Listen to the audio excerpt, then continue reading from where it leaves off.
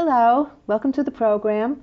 I'm Gigi Cope-Black, and my guest today is Marcy Freedman. She is a multi-talented, multi-dimensional artist who has worked in many different media.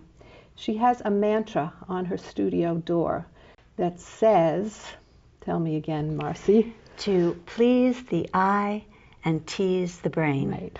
And so today we are going to have an interesting pleasing of the eye and teasing of the brain with Marcy. Welcome. Thank you for having me here. I'm so glad you're here. We are going to get into all of your work, about your two-dimensional work and everything, but tell us right now, what are you doing? I'm doing a lot of different things, but primarily I think of myself as a performance artist, and the specific kind of performance I like to do is one-on-one, face-to-face, interactive performance art. Which means that you set up a time and you set up a date and you go to one place. Am I right? And yes. Then you pick, and then someone comes and when you say perform, are you working with a script, or are you being? Currently, I like to do unscripted performances, which is, I guess, a kind of improvisation. But I have done scripted performances in the past, and I still will do scripted performances from time to time. Those are more or less like a monologue, where I'm on a stage and there's an audience out there. Right. But I love the one-on-one, just like we're doing right now. Right. And so, do you have a theme when you go into the one-on-one? Yes, and every theme is different. I've done them on a whole variety of different themes, but ultimately, whether the public knows this or not, I don't really care what the theme is. Okay. For me, the bottom line is that two people are together in real time, in real space. It's an antidote to all the virtual communication we do with texting and email and blogging. So I feel I'm doing a public service by getting real people to be with each other. Yeah, I think all of your work is about communication. Let's go back to the beginning, because you have almost a doctorate. And yes, I'm ABD, as they call it. Which is? All but dissertation. Oh, okay. I got pregnant when I was working on my dissertation for a doctorate in modern art at Princeton. And one thing led to another, and it became more fulfilling while I raised my children to make art instead of doing the art history. But I do both. I do both art history and art now. I know. You are wonderful at the Katona Museum. Thank you. You Give lectures up there, and everybody do. raves about you. And but so that's what you did in the beginning, because you loved the art. You did little projects for your children. You found and then you said, wow, this is what I want to do. Exactly. Yeah. And so what was the first thing you did when you decided, did you want to become professional, or you just took classes? Or? I decided that I was going to make the art and then see what happened. The experience of making the art was so fulfilling. So for a while before I had my studio, I was doing a lot of painting in my basement, my own place. And then I think a turning point was taking a collage class with a wonderful artist named Jean Olds. And she was just so encouraging. She thought I was great. We have one of those collages here that we can show. Okay, good. It's small. Yes. I found by experimentation what scale worked best for me. And they were getting smaller and smaller and smaller, often because I started a large collage and I go, whoa, look at this part. And I would get little markers and say, oh, I just want this part. And often I would start with a larger format and just find little pieces that really excited me. So ultimately I made dozens and dozens of collages under 4 by 6 inches. And it's just colored paper. You didn't take from magazines or anything like that. There was no theme to it. No, they were totally formal exercises in a sense, where I was experimenting with line and shape and color and texture. And then you found, again, with your communication, you found that adding words to it. Yeah, the transition from domestic life, motherhood, to the art making experience required, for me, in my case, some way of getting into it. So I would start with a blank piece of paper and write, stream of consciousness writing. And I would make sure to run all the words together so that nobody would be able to read it, because I didn't want to be inhibited in any way, thinking, oh, someone's going to read this deep, dark thought that I've shared. But then I decided that tearing up the handwritten pieces was a textural addition to the collage. So it became a way to get into an art-making mode, and also became a way to create something that was part of the collage. And also, I think it engages the viewer. Yes. I felt that people tend to look at non-objective work too quickly. And if they saw little words in there, they might try and read them. And as they were reading, they would be engaging with all of the elements that made up the collage. So it was a way of getting people to spend time with the work. And then how did you switch over to a representational photograph? Yes, I ended up doing Polaroids for a long time. It was a domestic story. I came home with the groceries, unpacked a box of strawberries, noticed that one strawberry was very strange. It had 5 lobes, and I wanted to document it before the kids ate it. And my father-in-law had just given us a Polaroid camera, and I didn't know anything about using it. And I picked it up, and I took a photo, and of course it comes out right away, and I said, wow, that's out of focus, but I really like it. It looks so abstract. And I kept shooting away. And I ended up with probably a dozen Polaroids, and then I found 6 of them that I really liked together. And I put them in one frame, and I labeled it Weird Strawberry Weird Photography, and it won a prize in a local competition. There's that little carrot that goes in front of us all the time, right? That we need a little bit of applause. Yes. You know, and so then it gave you confidence to keep on with that. And so we have a couple of those here. We have one with bananas. Yes. Yes, I decided to work more at my home because I didn't have a studio with the camera. And I would pick a subject, and in one case that you are referencing, I just started shooting fruit. So I shot bananas and oranges in different arrangements. And I probably shot 30 or 40 Polaroids. And then I would pick the ones that made a nice composition when placed in a grid. And I did that for several years. Right, and but one thing you had said was you like it when you don't know what it is. Yes. Yeah. In some cases, I would shoot an object up close from different angles with different lighting. And then when I made the final grid, people would say, well, what is that? We have one of those too. Could you tell us what it is? Is it black and white? I'll give it away. Okay. It's actually a picture, a beautiful picture. And I shot it from all sorts of angles. And in these Polaroid compositions, it was a formal exercise, as it had been with the collages. I was playing around with formulating an arrangement of lines and shapes and colors. If there was an image there, fine. In the case that you didn't recognize the image, that's fine too. You could still enjoy the elements of art. Right, so it's interesting that you just said a beautiful picture, but that's not what you were doing. You were working with negative space and then putting them together to create a different kind of composition. And I think you said something once about everyday objects were important that you used. Yeah, I was using a Polaroid camera. And at the time that I was doing this, I didn't realize that some famous artists, such as Andy Warhol, Lucas Samaras, even Walker Evans, some famous people, had used Polaroid. I thought, well, I'm taking a non-art camera, and I'm going to take non-art objects, just anything I find around the house, and I'm going to make great art. That was the challenge for myself. Which was great. I love that series, and I love the next one too, where you add words to it. No, wait. First we have to explain that these are matted so that you don't know they're Polaroids. Yes, when I was doing this whole domestic series, I would mat them. And so they were photographic, obviously, but no one knew they were Polaroid. And I took a seminar at ICP in the city, and the instructor said, these are beautiful, but why are you hiding the fact that they're Polaroid? You told me that you're proud of working with a non-professional camera. So that gave me the idea to mount the Polaroids tel-quel, so to speak, so that you see the whole Polaroid format. And then we have one of those. And now this is called a nonsensical series? Yes. Okay. I've always loved words, and I do some writing. And I went through a phase where I was interested in nonsensical writing. So I would spend days just jotting down strange phrases that would come to me, absurd things. I think life is absurd, so I felt there was real validity in capturing those absurd ideas. And then independently from that, I was continuing to photograph inside the house, outside the house, take strange Polaroids, and then I would combine them at random.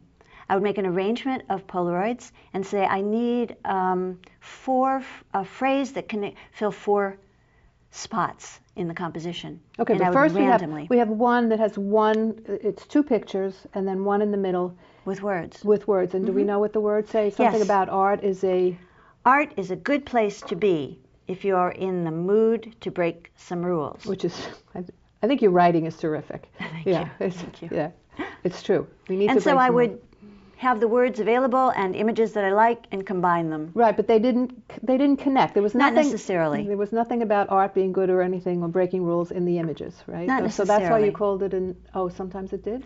Accidentally, because in that case, actually, I think the images that you see on the side of the words are broken ice. And so there's the breakage there, breaking rules, breaking ice. But in some cases... But you didn't think of that when you did it. No. Yeah, in retrospect. Yes. Yeah, which is so interesting, the way our brains work. Yeah. They allow us to do these things, and then we go, oh, I know why I did that. Exactly. Yeah. I think you're in a very good place if you're making the art from motivation that at the time is not conscious to you. But afterwards, you understand completely why you did it. I think you're really bringing up the art from a very deep and powerful place. Yeah, interesting. So, okay, so then we have another one that you have that's where you have more grids. Yep. And this one is a long, this one, and it just interests me that this is just one thing that you would write independently. Right. Would you try to clear your mind when you were writing this, or did you have something on your mind that you wanted to express? Or? I've learned over the years, anytime I have a motivation, drop what you're doing and do it. Okay. So I would drop what I was doing and write these things down. Sometimes I would sit with a dedicated time to do the writing, but I'm also a real believer in acting on impulse. Okay. All right. Well, I would love to know what the impulse was for this saying. All right, here it goes. For some, the daily rituals of motherhood were to be feared, like the sudden materialization of those strange events, not quite horrific, experienced in a recurrent dream. Wow. I don't know. And the images for this are? They are actually Gatorade bottles. My boys were very athletic, and we had a lot of Gatorade in the house. And one day, not the day I wrote that, I just started rearranging the Gatorade bottles and taking a lot of Polaroids. But that's interesting. There's something about energy and motherhood and children and Gatorade. I don't know. I think those connections are there. Well, I think that's the interesting part of it. I think a viewer comes up to your work with the words and says, what is the connection? Am I right? Yes. Yes. And I want them to go through the process of imagining what the connection is. And if they find a connection that really makes no sense to me, that's fine. Yeah. That's your experience of my work. I agree completely. Yeah, I don't want to dictate to the viewer what they get out of my work. I think the next one is what you call your appropriation series, is yes. that right? That was another very gratifying experience. I would cut up posters and adhere them to discarded Polaroids. In the process of making the successful Polaroids, I would have all kinds of unusable ones. And I covered them up with pieces of posters and then arranged them in a grid. And this time I decided to take a different approach to words. I consciously looked at the design I had created and added words about the woman in the first case. Okay, so this appropriation series is about women. Yes, it was called the Tough Cookies series because I think women are tough. But it was paintings by men of women. Yes. Okay. I gave myself that theme. As we've mentioned, art history is really a part of my life.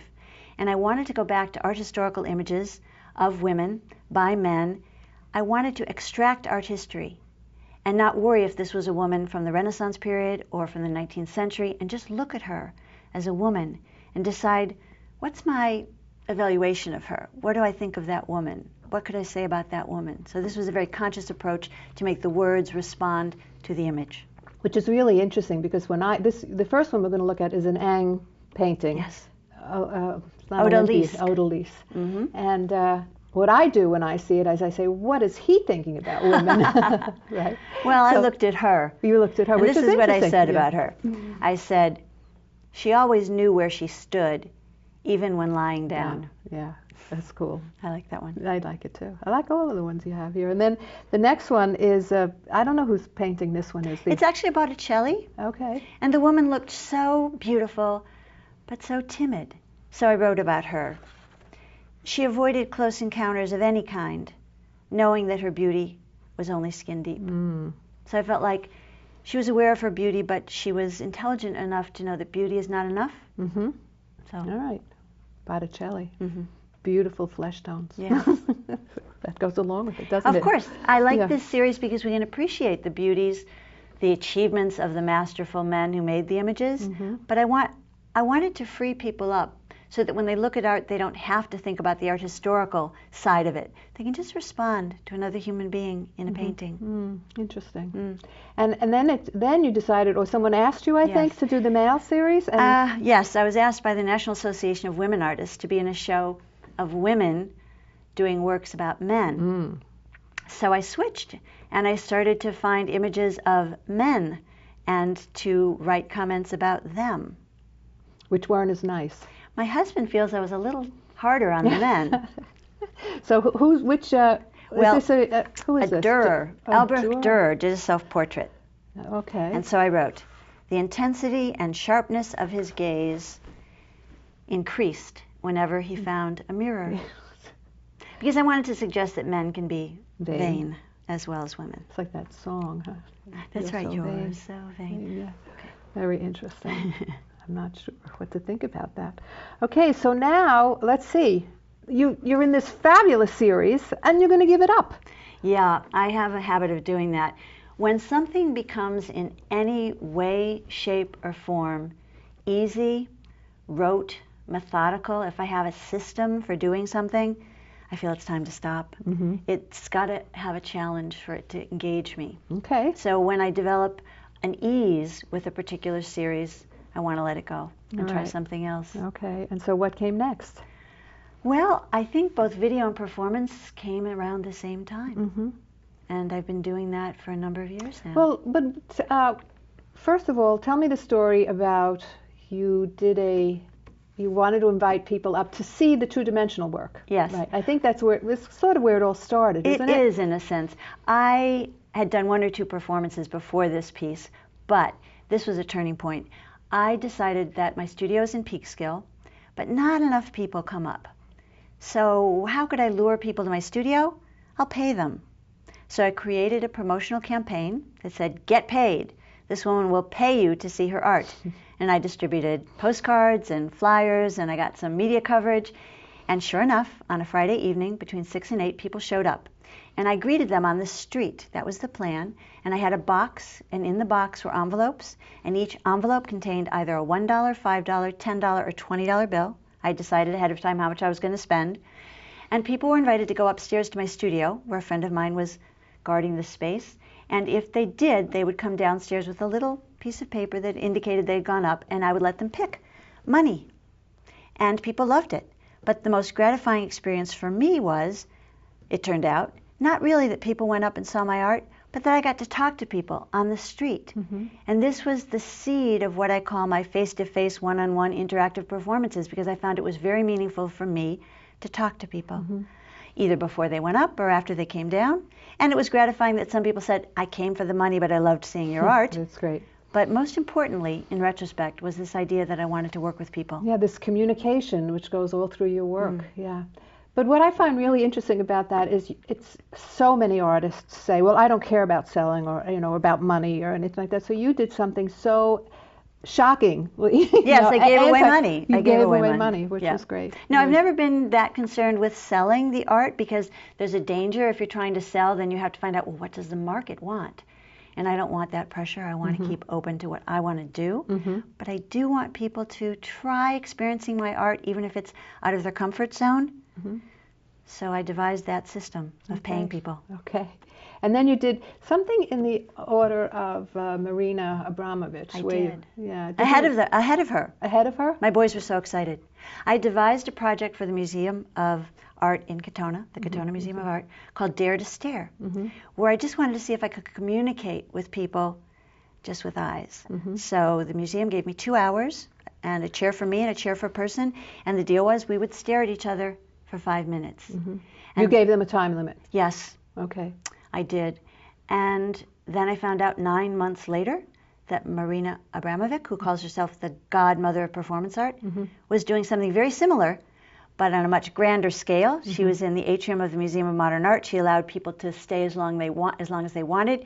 She did it every day the museum was open for a period of 6 weeks, for a total of 700 hours.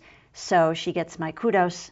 I did it for 2 hours. And it was hard even for the 2 hours, was it? Yes, it was amazingly because exhausting. Actually you weren't, I think you said it, you're a communicator. I hope. And this wasn't communicating, this was almost, I think staring at someone is almost like a blanket between you, you know? It was different. It was interesting to me that the experience I had with each person was different based on what kind of vibe we shared or didn't share. Okay. Let's talk a little bit about your videos, okay? Because we're going to see some of them. Good. One of them that you have is called What Do You Think? Which I think is really interesting because there are two of you on the screen. And they're both me. They're both, yeah. But is it like your conscience? I like people to interpret it the way they want to. Okay. Some of my videos are motivated by an idea. Some of them are motivated by a technical opportunity. And when I realized I could project myself and then photograph myself, videotape myself in front of the projection, I was really excited about trying that and develop this inner conversation. And it's trickier to do it than you'd realize because I had pre-recorded the big face and then I had to time it so that it seems like I'm having a conversation with her. Okay, let's take a look at that. Okay.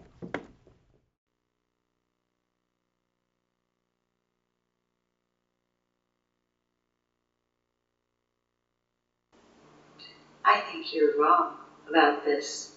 That's bad news. You think I'm wrong. Perhaps you should get the opinion of other people. No, there is no one with whom I want to share this. No one. There must be someone you trust. No, I don't trust anyone. My friends have betrayed me in the past. Perhaps you should find new friends. New friends? It takes a long time to make new friends. That's true. You should take the time. I don't have the time. I want to make a decision about this right now. Be careful. This is very important. You shouldn't act without thinking. But I have been thinking, and I've reached a decision, but you think I'm wrong. So I'm nervous about this. Okay, then just trust your instincts. Okay, I think I'm right. I think you're wrong. That was terrific. I'm Very glad you liked it. interesting. Yeah. Good. Okay, then we have a really short one. It's called Life. It's a silent one. Oh, it's a silent one. Okay. I do enjoy challenging myself to communicate without words. And so the concept was, what can I do all by myself in front of a camera that will suggest that life really has its ups and downs and its surprises and its shocks. Okay, let's take a look at that one.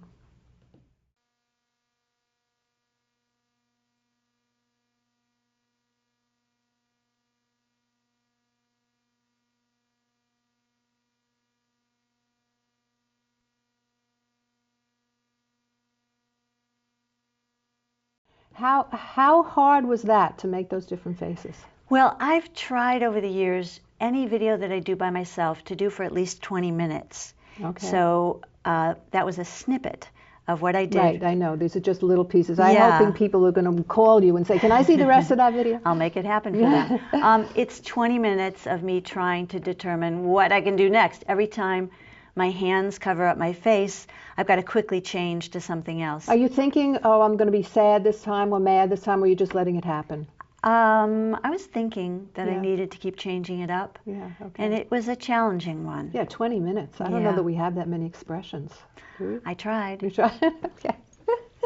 This next one is really interesting because it comes on surprisingly. You don't know what's going to happen. So let's watch this one. It's called Looking Within.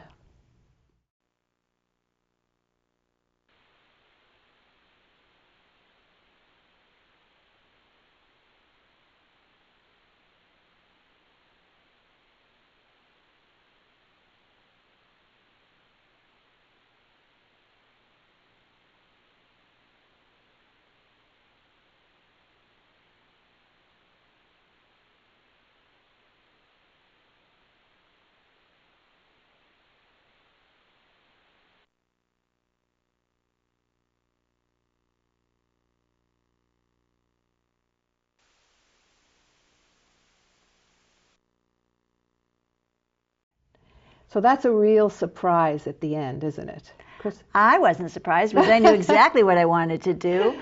I believe I did this with the motivation of an exhibition that was about self-portraiture. Uh-huh. And so I wanted to think of ways I could use the camera to say something more about myself than my physical appearance. And the image that the video concludes with is an image that my father loved of me. Mm-hmm. And I like the fact that it kind of shows me as a young child thinking. Because for me, art is about thinking as well as making. And I see it as the child within. Mm-hmm. That's what, that's my interpretation, which you Good. allow me to do. Absolutely. And the next one's a little long, so this will be our last, I'm sorry, video. I wish we had more time. It's so interesting to be. And this one is called, what is this one? You tell me. The Wishful thinking. And it's more political than most of my work. Yeah, but it's very apropos right now, I think. Good. And it's very cute. It's cute. Am I allowed to say that? Cute, sure. Okay. Yeah. Yeah.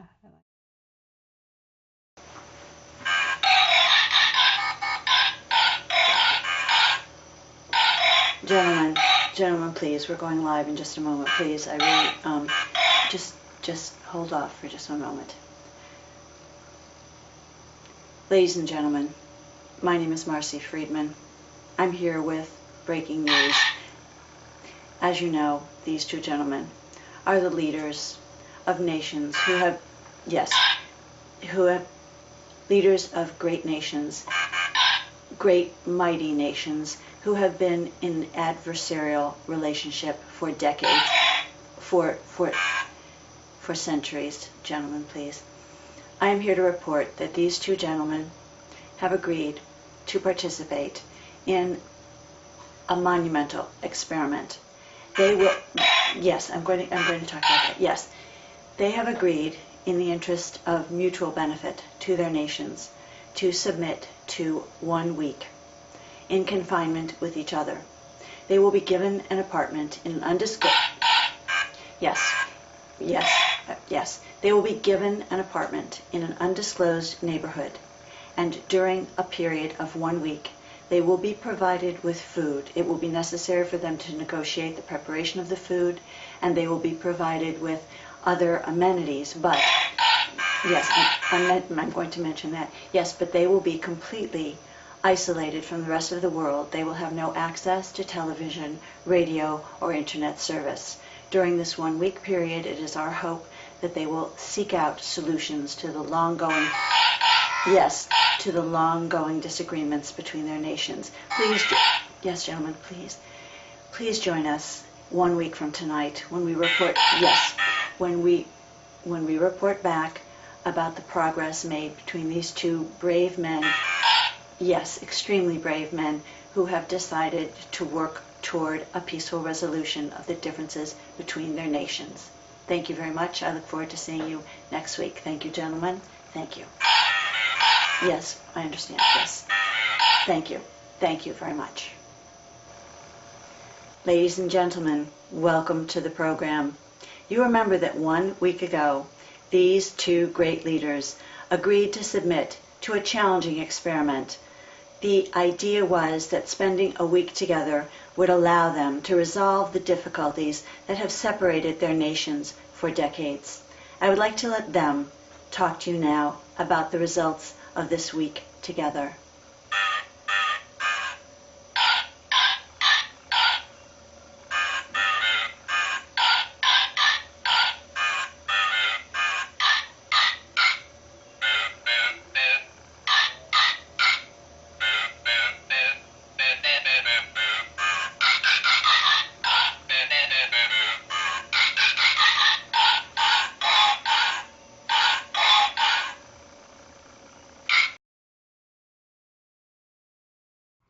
Marcy, I can't believe that this is over. It's been so interesting. It went so fast. It did. Thank It was you. fun. Thank you so much for this. It was terrific having you. My pleasure. And thank you for watching.